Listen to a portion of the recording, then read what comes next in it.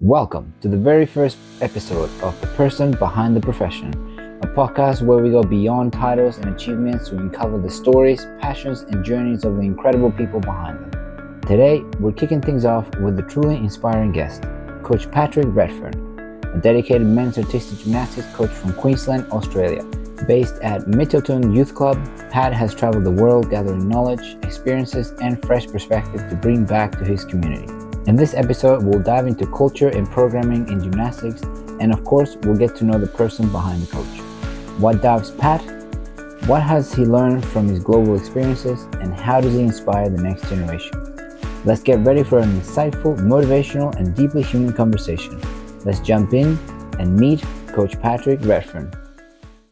They get basically an execution score at the end of it out of 10, and we then set a target for what they're going to try to achieve in the next 2 weeks. And as they go through each of the exercises, I give them a number on the exercises so we can see what they scored last time on, say, middle splits, and what they can score next time, or we can keep track of that a bit. So I find that keeping track of their flexibility tends to be a good motivator for guys to actually see it improve, especially if they've verbally committed to a new number. Yeah. It's a little bit more visuals for the little boys. I try to do something similar with their scores for competitions, and I put different colors for whoever was at the highest, and put a little line of progression so they can see from the very start to the end. And they loved it. They just wanted to get a little bit better and a little bit more. And it's cool. With routines also, so that just made me remember this year we tried something a bit different as well, where I used like Excel to basically do conditional formatting. So if someone got a score between like 9.5 and a 10, just using those as an example, pretend it's out of 10, it wasn't, but 9.5 and a 10, that their score would turn green. If the score was like between say 9.5 and 8.8, I actually made it different depending on the groups. Because the guys I coach are a little bit more high performance focused, so their numbers were actually a lot harder to achieve than say the groups under them. They basically get they do a practice comp or a control comp, and we put their scores in, and then I'd go back in the next gym and be able to kind of show them where they're green, like what routines are we hitting that are good. And the metric I used with my guys was the green scores are the kind of scores you're going to need to maybe win the all around the state championships. Your yellow scores are decent, but they're probably not going to be, you'll maybe make top 10. And then underneath that, it's like, we got a problem. We're dropping a lot of points here. So that was helpful for the guys, again, as you said, the visual representation of that. I think it worked well in their brain to get the numbers. Kids it takes a long time before they understand what the numbers mean, but they understand green is good. Yes, yellow is okay, red, ooh. Okay, awesome. How do you manage the routine volume? Let's say for little boys, I've always found that you don't really, like you said before, you don't really track, you don't really much of that because they recuperate so quickly. So, and if they can or want to do 5 routines on floor, then they can. If there's enough time and they have the body for it, they'll be fine. But for an older guy, now that I know that you have, I don't know how many you have, but I met one at the Stadium Gymnastics Clinic. Someone in his level, like you couldn't be doing 5 routines on floor just on hire every time. So how do you go about, let's say, preparing from the very beginning of the in season, or like whenever you're starting to do your routines into the last competition, which could be nationals or whatever you're aiming for? So we do like a general routine build. So, we look at where the major competition is of the year, and we want to build up to that. But what I was doing, this is like one of the first years where I was a bit more methodical about this, because I had more senior guys, so it mattered more. Kian, the one that you met, he's very thoughtful about his own training, and he's the only athlete I've had in the last couple of years that has made it to nationals, for example, right? So he's the only one that's doing enough volume and big skills that it mattered. This coming year, I've got more guys that are getting towards that standard. So we were a bit more methodical about it this year, and we'll be even more methodical next year. So we basically had maybe 2 weeks before, more than that, maybe 4 weeks before we've got the full routines are happening, and then we might say, okay, a period of 2 to 3 weeks before that, we're doing half routines. 3 weeks before that, we're working on what's called 3 skill sequences. So we're taking their routine up, breaking it up into thirds or something, and they're starting to practice that. So we had that happening, and then we'd have, in that there might be a week where this is now full routines. Even though we've been doing sequences, we're going to try full routines for this next week. Then we're going to go back to halves a bit to give them a chance to really put everything together.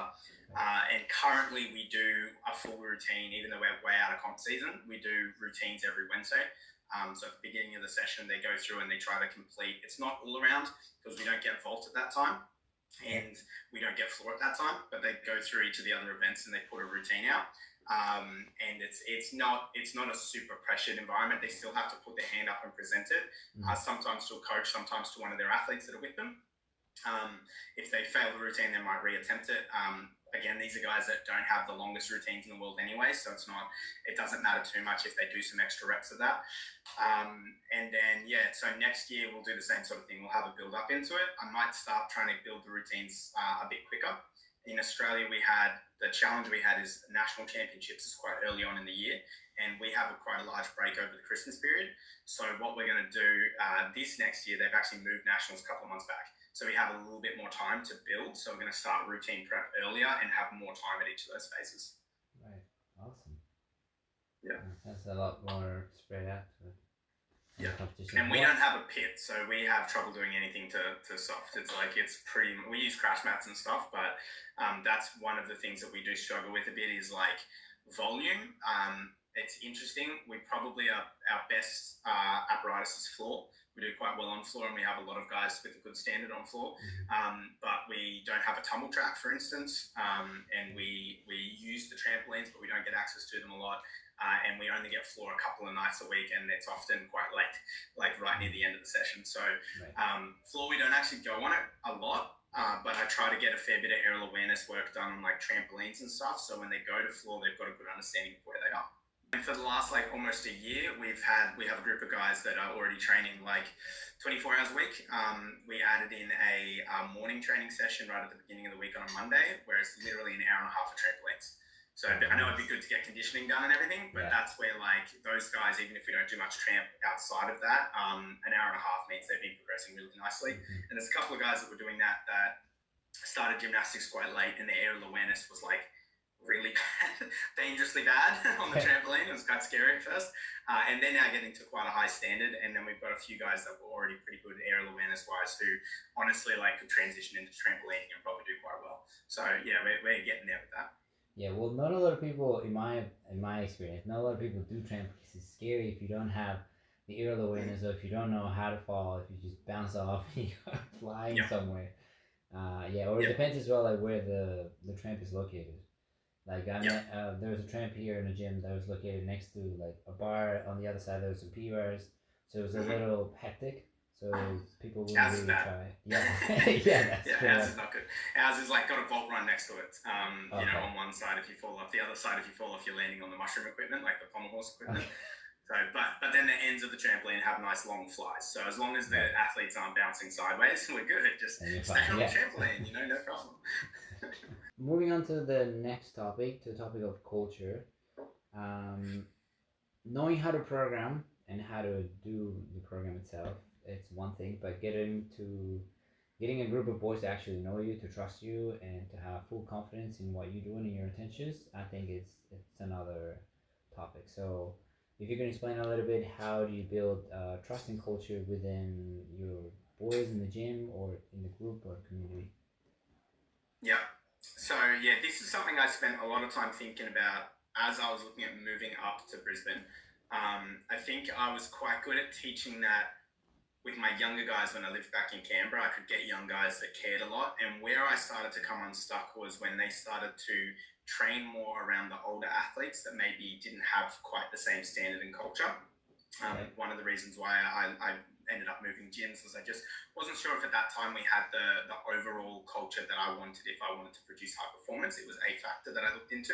And so coming up to Mitchelton, knowing that it was kind of a clean slate, and that if I wanted that culture with older guys that showed the kind of behaviors that I valued when I was working with younger guys as well, that I would be able to help make that happen because I'm the head coach. So a couple of things that I thought about. One is trying to get other people to feel like they're a part of the process, I think is really important. So one of the first things I did was I had all of the coaches get together And I had already some pretty strong opinions about what I wanted our culture to be like. But what I did was I sat down and I had a whiteboard out and I asked them to tell me what they thought a winning gym culture was going to be like, or a great gym culture, and give me a whole bunch of those things. And led the discussion, so we ended up with some of the key points that I wanted anyway, but made it feel like it came from them. Right. And that was one of the first things that we did. So tried to get their buy-in of like, okay, they understand that this is the way they think a program needs to develop. And then once you get their buy-in and they kind of feel like they're part of the process, you can lead. I felt like I could then lead that a bit more as well. So over time it became, it's still very collaborative, and I asked them their opinions, and we'll talk a bit later about trickle-down leadership is a kind of concept that I've tried to develop. But getting them to feel bought in was the first thing. And then after that, another thing that I consider a lot is how you sell things. So when you're a coach, you have to understand that you're trying to sell to your athlete this drill that they're about to do, this progression they're about to do. Pike stretching on a wall bar. So I do a lot where they have their hands on a wall bar, feet on a wall bar, and they hang in a pike. Dude, I hate that myself. Like, that's the worst thing so ever. Painful. It's terrible. It's like, it's really, really painful. So when you've got a young kid who doesn't have the same context you have about the importance of pike, right? Like I know how important that skill will be in their development, right? But they don't have that full context yet, and you can't shove it all into them all at once, right? Yeah. You have to consider how are you going to develop that over time? How are you going to sell that exercise to them? So I think a lot about Simon Selleck is this influencer dude who's written a few books and stuff, and one of the books and talks that I've heard him have is called Start With Why. You can look it up on TED Talk. There's a really good one that's called Start With Why. And it's all about the most successful companies in the world who are known for their marketing, people like Apple and Nike and stuff. They start with the core concept of like the why they do things. And then from there, they build out into how we do it and all that kind of stuff. So when I'm trying to sell it to my athletes, I'm always thinking, okay, if I'm going to get them to do this thing that they don't want to do, or there's a behavior that I want them to take on board, what's in it for them and why are we doing it first? Like, get them to understand the importance of it and the value behind it before you then start trying to like really push the agenda of, and now we're going to do this.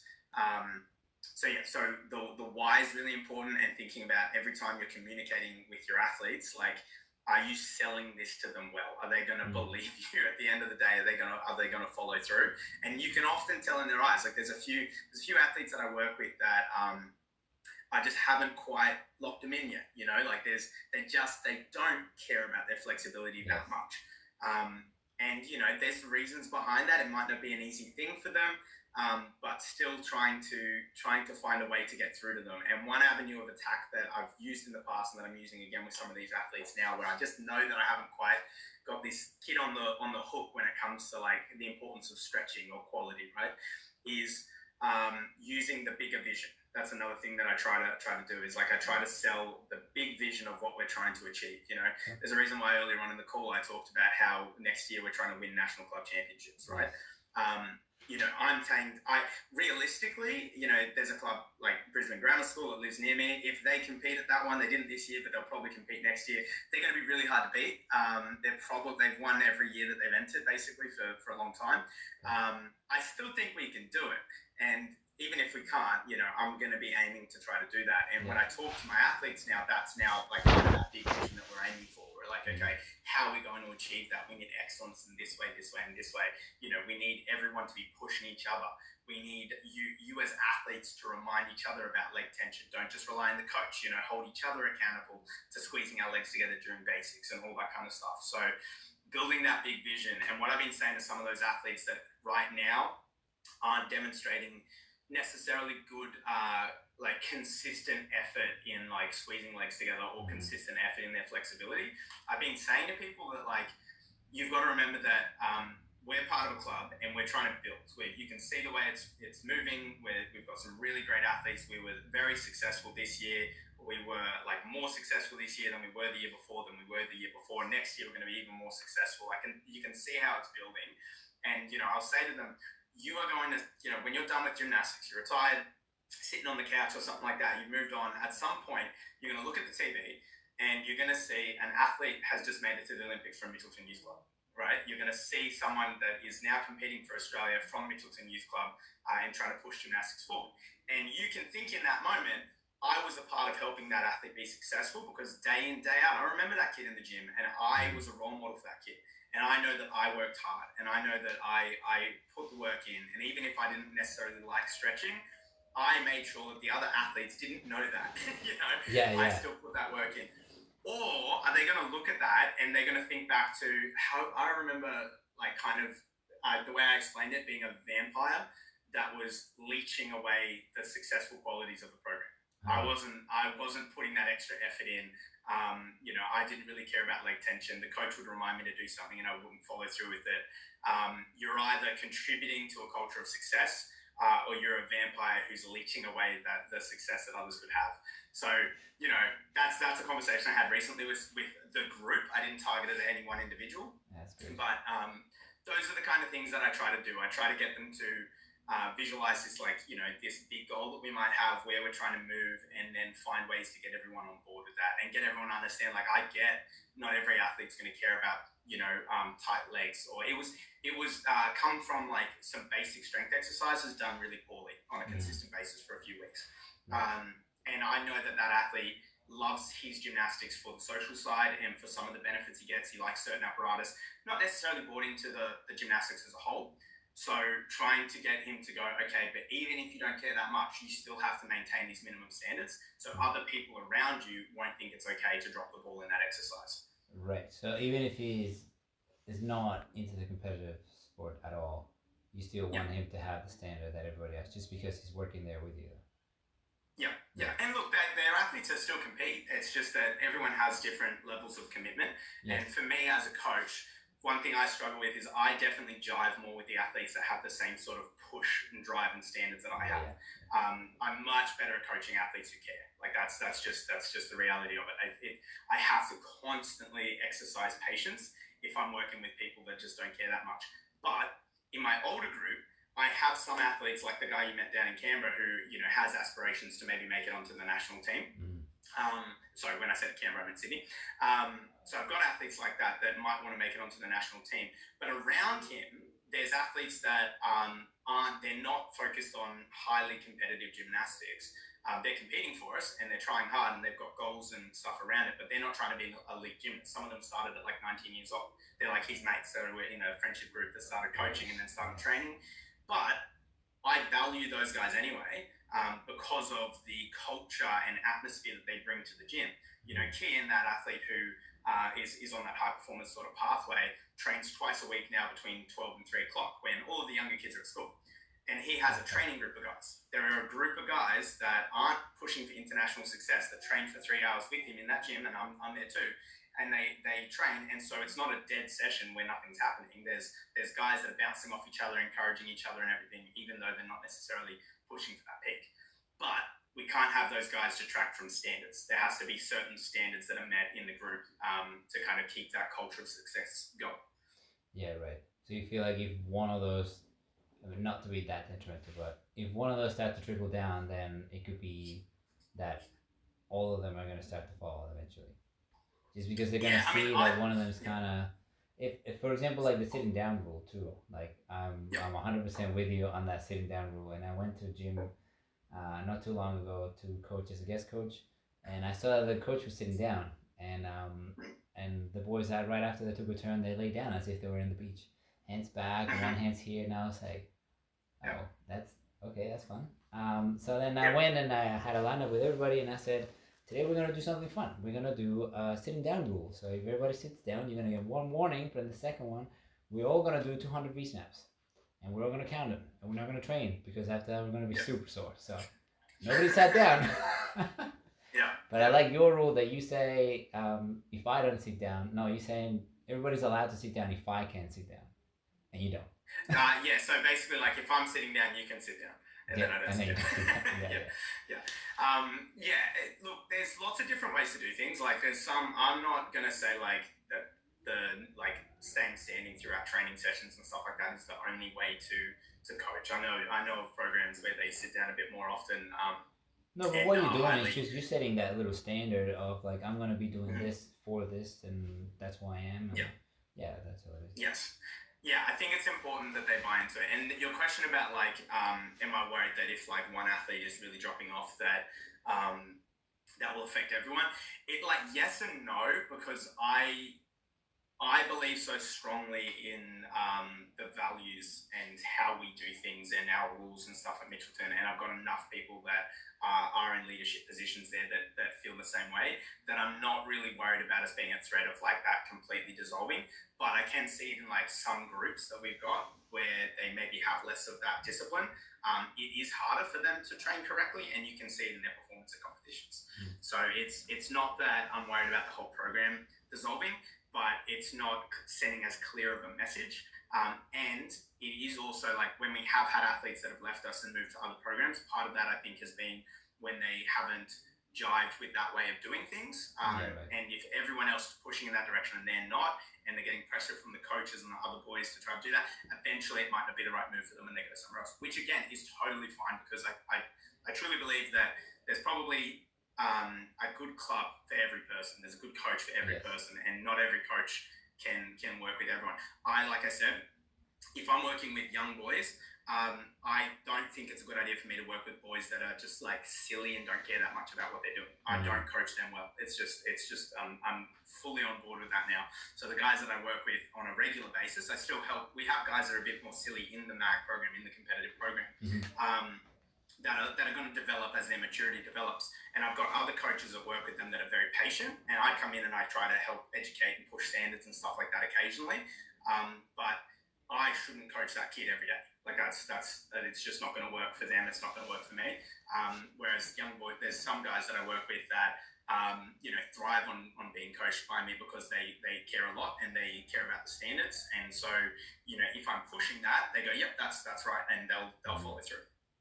Yeah, right. I think it's really good just to have some sort of understanding from the coach of what, not of what he's more comfortable doing, just of what he's more capable of doing, and what it comes a bit more natural. Because like for example, for you, you could coach anybody, but you are better with those side of group, right? And I'm very similar with that. I feel like it's very hard to communicate with little kids.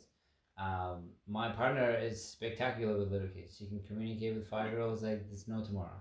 Games and everything around it. I'm not. I'm on the other side of like trying to explain enhancement over front and how acceleration changes this, that, and kids are like, "What are you saying, dude?" So no, that's really good to try to really align the coach with the group as well, so they can strive a little bit more. Oh, nice. Yeah.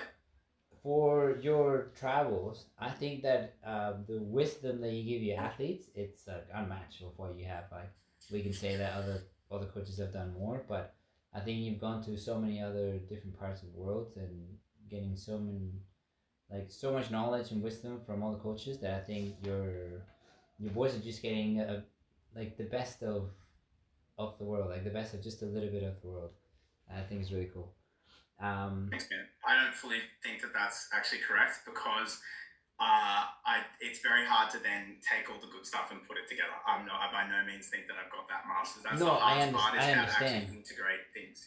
Yeah, totally understand. Just what I mean is, maybe I didn't explain to well, it's that you've seen, for example, different.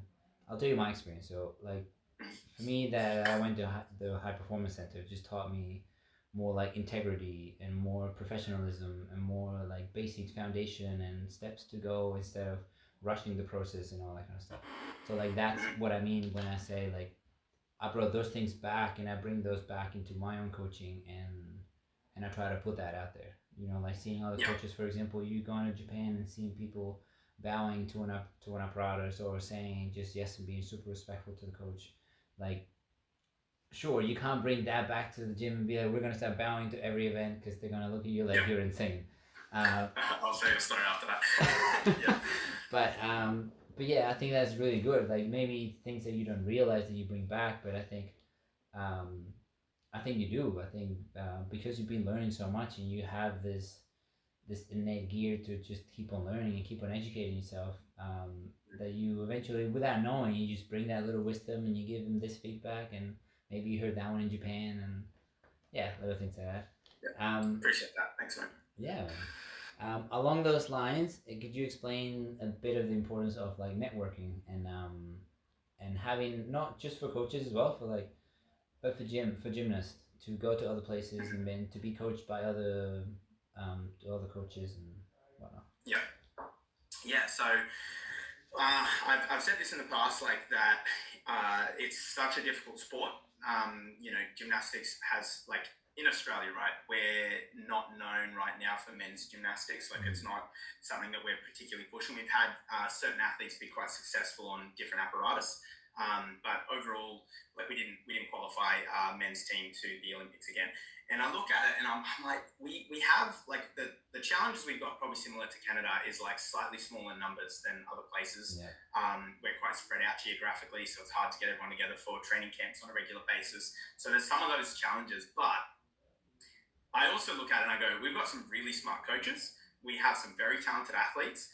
I've now realized after traveling around that actually our average facility is quite good in Australia. We have a lot of like really good facilities that have the equipment that you need.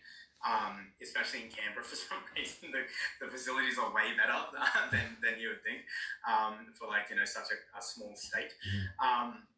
But we're still struggling to kind of really break onto the international scene in a big way, and it's definitely ambitions that we have. And I think watch this space as we go into 2028, LA, and then 2032 Brisbane Olympics. I'm hoping the men's gymnastics team will really make a push. We're working hard for that, and there's people in the high performance sphere that have like a really clear goal and vision of how to get there.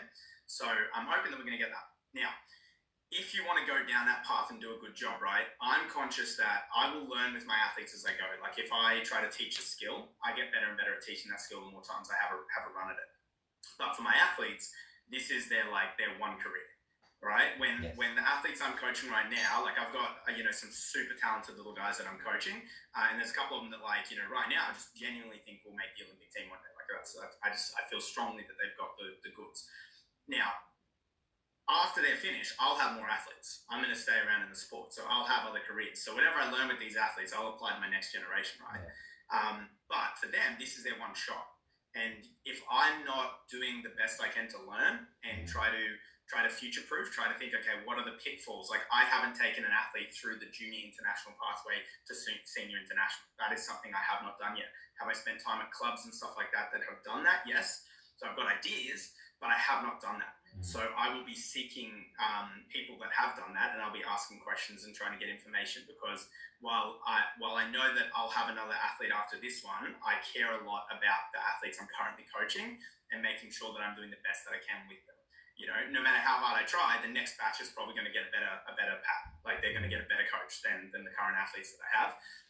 But I don't want to just kind of sit back and let learning passively come to me. I want to like reach out and try to get ideas from people that have already done it. So for me, that's coaching wise, that's why I go to these places. And for the athletes, this is the first time we're going to Japan in a couple of weeks on the 11th of December. So just over a month. We're going to Japan for about 2 weeks, and we're traveling to a bunch of different clubs, and my athletes are going to get to see firsthand all of the great gymnastics and culture that I've gotten to see over there. Yeah. But even before that, we do a lot of clinics where I am in Brisbane. We do a lot of clinics, and we collaborate with coaches a lot. I try to organize training tours where we go. Like recently, halfway through this year, we went to 3 different clubs over 3 different days in like a little tour just within the Brisbane area, and we trained collaboratively with each of the clubs that we went there. So just mixing in, it gives athletes more ideas. It lets them see a different way of doing things. It gets some ideas from other coaches. And also, I believe that some of those athletes will go and train with a different coach, and some of them will like the way that coach does things more and find out that we're not the right club for them, and they might want to go there. That is the danger. That's why a lot of coaches are worried about if they collaborate with other coaches, that they're going to lose their athletes to a different club. And we've had that in the past as well. My thing is, if we're not doing a good enough job with that athlete, that they get exposed to a different environment and they want to go there, one, we need to up our game. We need to be better, right? We need to do things in a better way. Or two, that was a better fit for them. And so why would I want to hold them back from their best potential by holding them to our club and our culture if it's not the right fit, if they have somewhere else that's better for them? So trying to be like open-minded about that and not be super defensive and try to like hoard the athletes to ourselves, but be willing to let them go to a different place that might serve what they want better. Likewise, like, you know, athletes that might come to us. We've had a boy recently come, and one of the main reasons was just that he was only doing 6 hours a week at his club at 15 years old, and he wanted to train more intensely. So he's doing more hours with us. It's actually less convenient for the family, unfortunately, but they're invested in the sport and they want him to try to push what he's doing. So we're a better fit for that athlete and his goals than that other club is. It's not that that club's not good. It's just a different priority. Yeah. Yeah, it's like what you were saying before. You don't want to deprive the kid from having that opportunity. Maybe, like you said, you're trying your best, and at the time you're upping your game, you're doing everything possible, but it's just not the right fit, so it's just not going to work. And the flip side of that is as well, sorry, I kind of, there's too many points to make. The flip side of that is that they'll also maybe see a different way of doing things that affirms in their own brain that they prefer Mitchelton Youth Club. You know, there's an athlete that you met down in Sydney, Kean. He's our club captain, so he's the top level that we have at our club, and not even because of that, but he's been made the club captain, and he does so much to drive the culture the way I want it to be driven. He's very bought into my way of doing things, and there's different things that I've also learned from him and changed. Like we're now at a point where it's quite collaborative, where he will come up with ideas and drills and ways to do things. Wow, recently there was a skill I wanted to teach my boys on P-bars, and you know, he said, yeah, we should teach that to them, but make sure that they, like, let's make a rule that they have to be able to do a cast back up rise in a row without having to add an additional swing. We have a problem with this additional swing that keeps coming up. And he said, don't let them learn the next skill, that skill that we want to do, until they can do that properly, because we've been talking to them about it for a while and not all of them have fixed it. So stuff like that, it's like, that's a really good point, Keith. So he helps to drive the culture a lot. And when he was younger, he had the option to go and train at Brisbane Grammar School, which is the school that's nearby us that has that really strong program. It has guys that are competing for Australia and stuff. They're a good program. He went to school there, so he had free admission. He could go and he could train there without paying any extra funds. Instead, was paying, you know, to go to Mitchelton Youth Club. And genuinely, the reason I've asked him a few times, like, why'd you make that choice? Because his gymnastics would have been better if he had gone there when he was younger. Like, you know, he was about 14 when I came up here, 14 or 15, or maybe even 16. He was still pretty young when I came up here. And his gymnastics was not looking great. Like, he's improved a lot since then.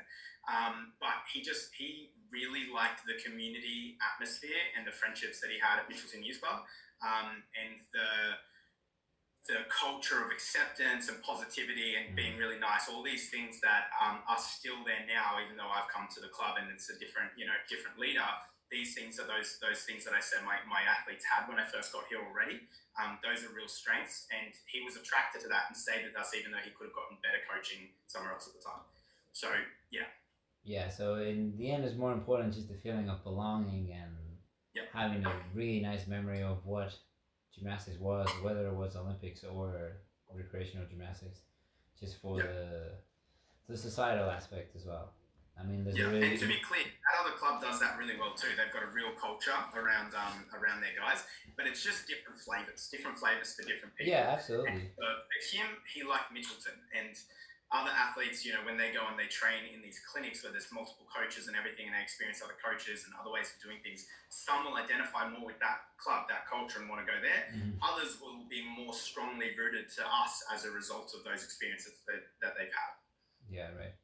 It could be the same for any club. I think, like, if the club is super family orientated and someone comes from a high performance that they're a little cold, this warm feeling will feel awkward. It'll feel weird for them to be there. The same, the opposite way. Even though it could be extremely nice and super warm and really good, these guys could be like, this is not pushing me. They're not being mean. They're not being this, that, or it's not love or what I think is love. Yeah. 100%. You mentioned Japan, and I am very excited for this topic.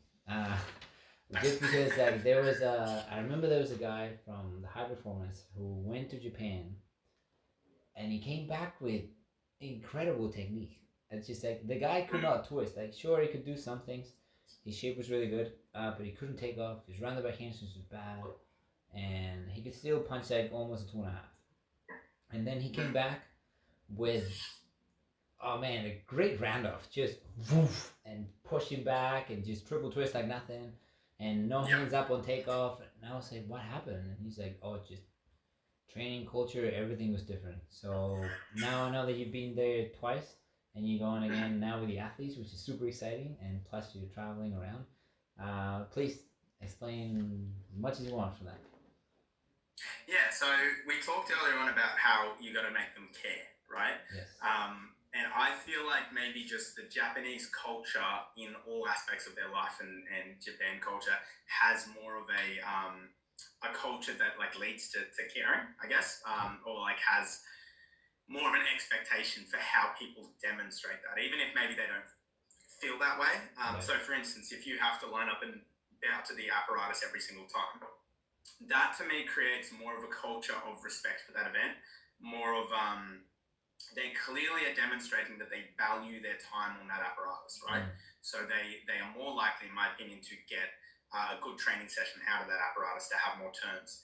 Yeah, they have a culture of looking at the coach, bowing and saying yes, yes, yes, keeping eye contact the whole time. You know, I get frustrated sometimes when I go and I coach the younger groups that we've got, like the 8-year-olds and stuff like that, that are still a little bit newer to our competitive program, where I'll come over and my guys, as soon as I start talking to them about like a skill, they just like stand nice and still, arms down by their side, and like they don't bow to me, but they'll listen the whole time. They'll keep eye contact, they'll listen the whole time.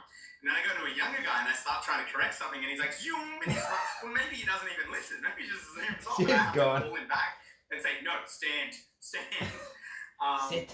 So, you know, I feel like with the younger kids in Japan, there's probably a bit more discipline around like respecting your elders and how you show that respect, just kind of baked into their everyday life. So I think part of it is just that care factor. Part of it is we had a coach come and work with us named Kento. And Kento was with us for 6 months while he was doing like a work travel thing. And we love Kento, and I wish that we could get him back. He was fantastic. And he was learning the ropes of coaching while he was with us. He'd been coaching a little bit at a university, but never coached younger athletes. Didn't speak English much at all, but so diligently studied when he was here. So his English was really good by the time he left. And so he was learning to kind of coach, but the lessons that I think he gave us at the club was like we ended up wrapping it up. I asked him to kind of find a way to kind of explain this and leave some of this with us, right? So he created this concept of sonkei, which means respect in Japanese. And he wrote it on a piece of paper, and he made a little infographic with a couple of different ways. And so it was like reading the coaches. It was like folding your shirt, you know, because like if my guys take shirt off in the middle of training, they will fold their shirts and put it off to the side now. They don't just throw it on the ground. Nice. And we don't have to remind them now. Like my younger guys just do that without reminding or comment. They'll remind each other if someone forgets, that kind of thing. And just like there was a few other ones, keeping things tidy and stuff. Not respecting your grips. Don't throw your grips over. You know, like respect your equipment. This apparatus is going to save your life. So, you know, make sure you're packing it away carefully, and that you're not like throwing your grips around and being disrespectful to your grips. So there's all those kind of things. And so for me, like we had a group, like the best, I saw this happen at a competition, and it really just like, I was immediately sold on focusing more on this, right? We were at a competition with a group of level 2s. I think it was the first competition of the year. Second competition of the year. First competition, we couldn't get them to focus very well. They were like, it was all very new, and they were a bit wild, and it was like a standard group of level 2s that I coached. They're like 6-7 years old. They're brain dead. And the second competition, we had Kento with us, and he came around the whole time, and we were focusing. We just started talking a bit more about sonkei, and so we were focusing on keeping our equipment neat. So we made all of the boys, when they put their bags up, we got to an apparatus and stuff, and they would have to line their bags up neatly. No one would have their gear scattered and stuff. If they had like a Mitchelton shirt on and they took it off to have their leotard underneath, they'd fold the shirt. And so even though they were young, we got them to make sure their stuff was neat and to sit neatly and stuff like that. And they still had fun. They still enjoyed the competition. It wasn't super regimented. But their like performance was so good. Like it was the best performance they'd had, you know, for a long time, and best performance level 2s I'd had in a while, because they were just more focused. They just like I think if you can get someone to care about like actually neatly folding their shirt, it's easier to get them to care about keeping their legs tight. It's that like that idea that you're thinking about quality and detail and the aesthetics of it to some extent in like all aspects of what you do. And the way Kento would say it was like a tidy equipment, tidy mind. Tidy equipment, tidy mind. Yeah. I like that. So yeah, so those are all the kind of things that I saw in Japan that there's probably a lot more, but those are kind of the key ones that I'm excited. My guys have already done fairly well about buying into that. And then from there, they're going to see athletes that probably just work a bit harder, that make changes a little bit quicker when they're over there. There's certain ways of shaping and moving that they do in Japan that's even though I've seen it, it's very hard to replicate it with my athletes. But some of the boys I coach are like sponges, where if you put them in an environment with another athlete, like when we go to a different club, if another athlete can do something, I've got one kid in particular who will just be able to do that within a couple of sessions. Like he'll make sure he catches up, So I'm excited for them to kind of see firsthand some of that. And then even though that's part of the culture that we've already got at Mitchelton is some of these behaviors, I'm hoping that it'll kind of supercharge that sort of like respect for their time, respect for each other, respect for the coaches, being more diligent when they have work, keeping things tidy. I'm hoping it will kind of supercharge all of that because they will have seen it firsthand. Yeah, right. They've seen it with you first, and then now they're actually seeing it in a full environment that everybody does the exact same, and there is no thought behind it. It's just how it is. Yep, exactly. Yeah. No, I think that's the best way sometimes. Like you try your best to like show everything to the kids, or even I feel like parents struggle this as well, to try to tell the kids like the best things, and then the coach like us could just tell the exact same thing that the parents are saying. They're like, oh yes, but my coach told me this. It could be the same thing of going to another culture, going to Japan and be like, oh, but I saw it there, and you go, I told you that like 5 years ago, man. I try though really hard. Just one thing I will throw out there, because I get that a lot with coaches. Where when I go to a clinic and I'll give a feedback to an athlete and their coach is around, right, and then they do it, I get a lot of coaches that can get defensive about that. They'll be like, yeah, I've been telling them. Or like, we finish off and I talk to Pommel and I'll be like, yeah. So I've just noticed a lot of the guys have their head down, when they're circling on Pommel, and I think if they try to keep their head up a little bit more, it might help to stretch out. So something like that, right? They might come off like slightly defensive about it. And I always try really hard not to jump to that. As a coach myself, I try really hard not to jump to it. What I try to think of instead is, okay, I know that there's just a different person effect, different voice saying the same thing. But also sometimes you've got to think, okay, did they deliver it in a different way? Yes, I've said it to my athletes before, but like I said, it's really important that you sell a concept, right? Yes. Yeah. So I sell leg tension very differently to any other. Like I've got coaches at my gym who have seen me do this process over and over again that still can't quite replicate it, right? They can't quite get their guys to squeeze their legs on a consistent basis as hard as my athletes do. But I can go over and I can work with their group for a little bit and their legs will get cleaner and we'll see progress. Right. But I sell the hell out of it. Like I sell it, like I talk about squeezing their legs, like a fiery inferno. It's burning from the inside. The muscles need to be aching and burning. Your legs need to squeeze so hard you feel like your foot's about to kick you in the face. Like, I get this hyperextended kickback. Like I sell it in like a very visceral like way. And that is the different factor. So while some coaches might be like, yeah, I tell them to squeeze their legs all the time, I wouldn't say this to that coach, but in my head, I'm thinking not the way I do though. Like you didn't do it quite the same intensity. There's something you might be missing there. Yeah, no, that's true. It's just the delivery, the different part of delivery. I remember trying to teach. This is kind of like a stupid story, but I was trying to teach an RDL position for the boys so they can learn how to hinge and like control their back a little bit more and everything else. Yeah. And I couldn't get this kid to get his back straight. So I was trying all the different ways, going through visual and drawing it and being like, this is how it's supposed to look. Nothing. Tactile and putting a stick in there, be like, this is how you're supposed to do it. Nothing. And then explaining it to him so he can listen to it. Nothing. I had to tell him for him to like tilt his hips and like know how to move his hips around because he was flat but his hips were in. I needed him to like stick his bum up a little bit more, like rotate his hips a little bit. I told him to fart to the wall. I was like, Right now, if you fart, you go down. I need you that way, and he just goes, boom, perfect. I was like, that's not coaching, but it is. Just to get to know the person a little bit more. Like sometimes it can be like that, but what you're saying right now, it's like you're camouflaging everything into games. I really like that they get so excited with all this stuff. Like with the numbers, with the colors, and now with all these different challenges. I think it's really good. It's something that I think I'm missing as well into mine, because I like to, like we said before, talk a bit more about mechanics and stuff like that with the athletes, like a little older. But they also need the challenge, and they also need the games, and they also need the competitions here and there. So no, that's great. No, really good ideas. For the last little section over here, I have three little questions. Is there a quote that someone told you when you were younger that stuck with you until now? Yeah, I tried to think about something wise. If it's something silly, you go ahead. Even better.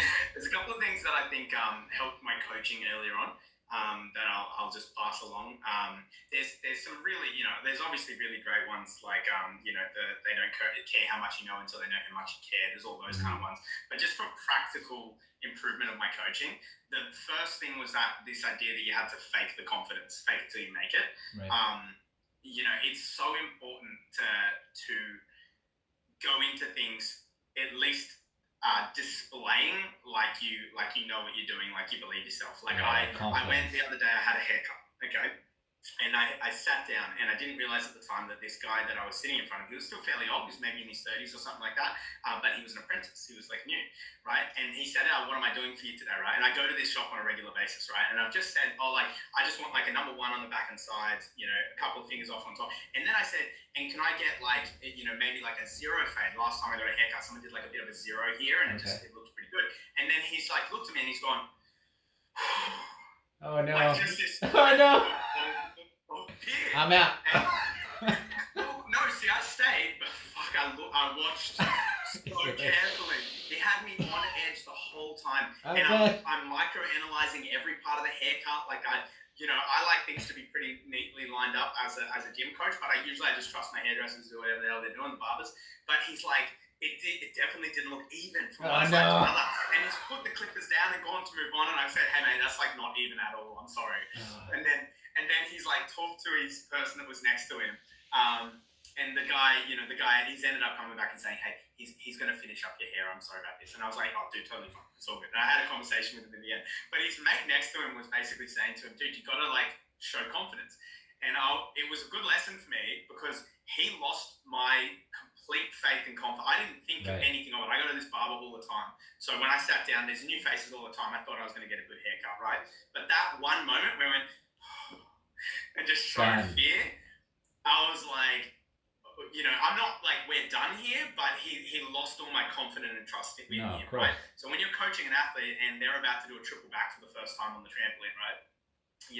I said to Kian, he was going to do triple back for the first time. He's not done it before. He's totally ready. I said to him, look, I want you to understand, like I'm going to stand under you and I'll do my best to help you. But you're going really high and you're pretty big. So if you do something really badly, there's a limited amount that I can do. So there was honesty there, and made him aware, like I'll help, like I can help you, but like if it's your time, it's your time. Yeah. And then he executes on the skill well, or like letting my kids know when we're doing flyaways, like if I'm going to turn them over and they're going to do their first flyaway and it's scary, making sure that they understand, like I've literally spotted this skill maybe like 5,000, 6,000 times at this point, like you'll be fine. Like we've got this. So fake it till you make it. Fake that confidence. If you don't have the experience to back it up, try not to show that to your athletes. You can still be honest. You can still tell them. Like I'll tell my guys all the time, I actually don't know how we're going to work on this skill. This is a new skill. I've got some ideas, but what I'm going to do is I'm going to message some of my gymnastics coaching mates. I'll find out for you. So I'll still be honest with them and let them know when I can't do something, but I would never show like a lack of confidence or a lack of fear or fear to my athletes, especially when they're about to do something that's scary as well. So that's important. And then the other one that I was going to say was coaches. I was told early on that like if you want to be a good coach, you should go and take some acting lessons. Go and actually like go and do some theatre or something like that, and learn the lessons of like how to present yourself on a stage, how to project your voice, Okay. Standing in different ways, being entertaining with your voice and your facial expressions. And what I did was I didn't do that. I didn't follow through with that. But even just like, because I was always a kid that liked to, like act and pretend and stuff like that, just around family and friends and everything. I had a really good Gollum impression from the Lord of the Rings when I was younger. So I was like, okay, I can already do that. So I just made, in your coaching, one of the best ways to work with these young kids is to be expressive and entertaining and energetic. And some coaches need to maybe actually go and do lessons in how to be more expressive. And recently we did staff education, where I got them to, they had to practice, they had to coach a skill. They had an athlete that they were trying to coach, or they could be presenting it to the other coach as like talking about the technique of this skill. And I said, pick whatever skill you want, like just something that you can basically just keep rattling off information about in cues, right? Just anything you feel comfortable with. Could be like a forward roll, doesn't matter. And then someone else was there with a clipboard with a bunch of different things. And so every like 20 seconds or so, they would yell out something like evil villain, right? And the coach would have to keep delivering on that skill. Oh, right. But switching to the persona of an evil villain, or screaming at the top of your lungs. So they had to start yelling the corrections, or like whispering, or acting really scared. So the coach had to try to like act like they were like super nervous about what they were getting the kid to do. So like that was one. That was one of the most fun sessions I've ever done in any sort of coach education. Everyone loved it, and I had such good buy-in from my coaches. It was really fun. But two, I saw better coaches afterwards. Afterwards, we had better coaches. We had coaches that had a bit more dynamicism into how they coached. They raised their voice a little bit more. They were more comfortable being slightly goofy. So we genuinely had better coaches as a result of that as well. Right. So just the practice of being a tiny bit silly with that exercise just made a huge change. And not even just silly, but just like just being out there. Yeah. Just being a bit more out there, like not just being monotone when you're coaching. So thinking about a little bit more how can you develop your coaching persona? How can you how can you fake it till you make it? How can you think about like the lessons of acting and how you can apply that to your coaching just to make yourself a bit more interesting? I think those would be some ideas as well. Nice. For the second question here, what is something that you learned recently that makes you see things a little differently? Or this could be from a book or a movie that you would like to recommend or anything. Yeah. So there's probably things that are more immediate, but I'm going to go with giving a book recommendation and some of the key concepts that I got from that, which I probably did learn more like 6 or 7 years ago, but very important in my life. There's a book called Legacy. I believe it's by James Kerr, K-E-R-R, could be wrong. And Legacy is about the New Zealand All Blacks rugby team. I don't know if you know much about them. Exactly. But they're iconic for they went on this massive, they were unbeatable for many years. They had just a huge presence. And the book Legacy is all about that rise for them and the changes they made in their culture and their leadership that put them on that sort of trajectory where they were just absolutely dominant on the world stage. Wow. And they had a few key takeaways that I'll throw out here that are ones that I now work to integrate into our leadership team, and I think about myself. One was this concept, they call it sweep the sheds. So at the end of training, they'll have these sheds. And this is also a very Japanese thing as well, cleaning up after yourself. But the leadership team, like the squad captains and stuff like that, would always be the ones that sweep the sheds at the end of the training session, right? And I mean, I'm sure they'd have other guys help them out as well. But the key thing was even if you're the top dog of the organization, you're the most important person there, you're the leader on the team, you need to think about leadership as a position of service. Right. You're in a position where your main role and your responsibility is to serve those that are underneath you, to make sure that you're doing your best job for them. So as a leader in my organization, I try to make sure that, I'm a part of packing equipment away. I'm always seen to be doing that. I remember we had a coach at my last club ages ago who refused to make himself, and he had the top squad of MAG athletes, refused to make them pack up. It was beneath him. And that never sat well with me. So, so I kind of do the opposite of that. Yes. You want to show by example. That's 100% right, And some people I feel think that when they become a leader, that means that maybe more important, they're in a position of authority. And what I would say is like you're more important maybe in the sense that you have a greater impact on those around you, right? That's what the importance is. You will have a larger impact on the people underneath you and your peers at that leadership position. So how you take that, how you then use that extra power that you have. Is it to lift people up or to put people down? I think that's really important. So Legacy had a lot of really good leadership things, and then now we've got this program that I've started doing. I call it trickle down leadership. Yeah, you were talking about that before. Yep. Yeah, we had that squad captain Kian, who's at the top of our leadership sort of pyramid, you could say. And then in each of the squads, every 5 weeks, we elect a new team leader. Oh, and, wow, cool. Yeah, the coach gets to choose who the team leader is. With our older athletes, we've done things like gotten them to help vote when we haven't been exactly sure who would be best at that point, or we talk to a few people and we get some opinions. But they become team leader for a period of 5 weeks. We send out an email to them or their parents, depending on their age, listing out the key roles and responsibilities of the team leader, what we expect them to see. Nice. Some of it is really simple stuff, like the team leader in this sort of sweep the sheds mentality. The team leader is expected to, we have like a little drink bottle carrier and a folder that goes in there when we go around the gym. The team leader is expected to make sure that that's set up and put away at the end of each night. Whether or not that they do it or another athlete does it, it doesn't really matter as long as it gets done. It kind of is their responsibility. And there's a few other things that kind of like, there's things like, supporting your teammates and stuff like that. And there's some that are more practical, like putting things away, helping to set equipment up, all that kind of stuff. But it's very focused still on getting that team leader just like servicing the people around him. It's not like you now get to tell people what to do. It's more like you get to help people out more. Yeah, I like the change of view that you're putting into that one, because all I've seen is that when people go up on level, like you said, that everything else is beneath them because now they went up on that level and they cannot help and they just want to go up and up and up, and I understand. But to be able to show that you can still go down, help everybody else as the leader that you are from the top, I think is even more encouraging. What you were saying before about honesty as well is I think the kids will respect you more just by showing that you don't know sometimes, and showing that it is okay to fall and it's okay to do this, but you still cannot lose the integrity that you want to have in the gym. Right? Yeah, 100%. Awesome. And the last one, very last question. If you could choose, we've been talking gymnastics the whole time, but if you could choose another profession, what would you choose? So I've thought about this. If I was to leave gymnastics, well, first, if I was to leave men's gymnastics, if I ever decided I was a bit bored of this, I could really see myself coaching trampolining. I love coaching on the trampolines. All women's gymnastics is like, if I ever find that I get a bit stale with men's gymnastics, that's been my plan to like pivot to a different discipline that's related. If it had to be outside, because that's not a good answer, so if it had to be outside of gymnastics, I'll coach WAG.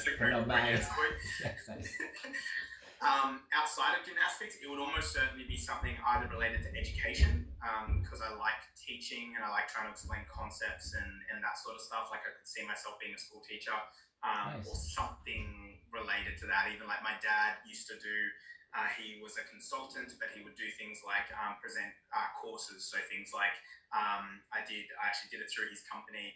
What was it? It was a certificate in training and assessment, right? Like, you have to how to teach things and vocational education. So all that kind of stuff I could see myself doing. The other one is sales. I've been told that I'd be quite good at selling things like cars and stuff like that. Pretty good as a salesman. One of my mates owns, he didn't own, he was the manager of a car sales place, a car dealership.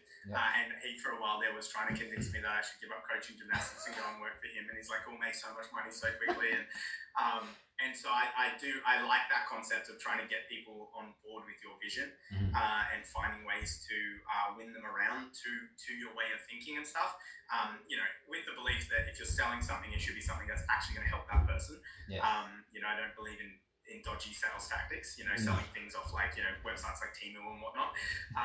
But if you're actually like, trying to give them something that will help them, I could see myself doing something like sales as well. That would be fun.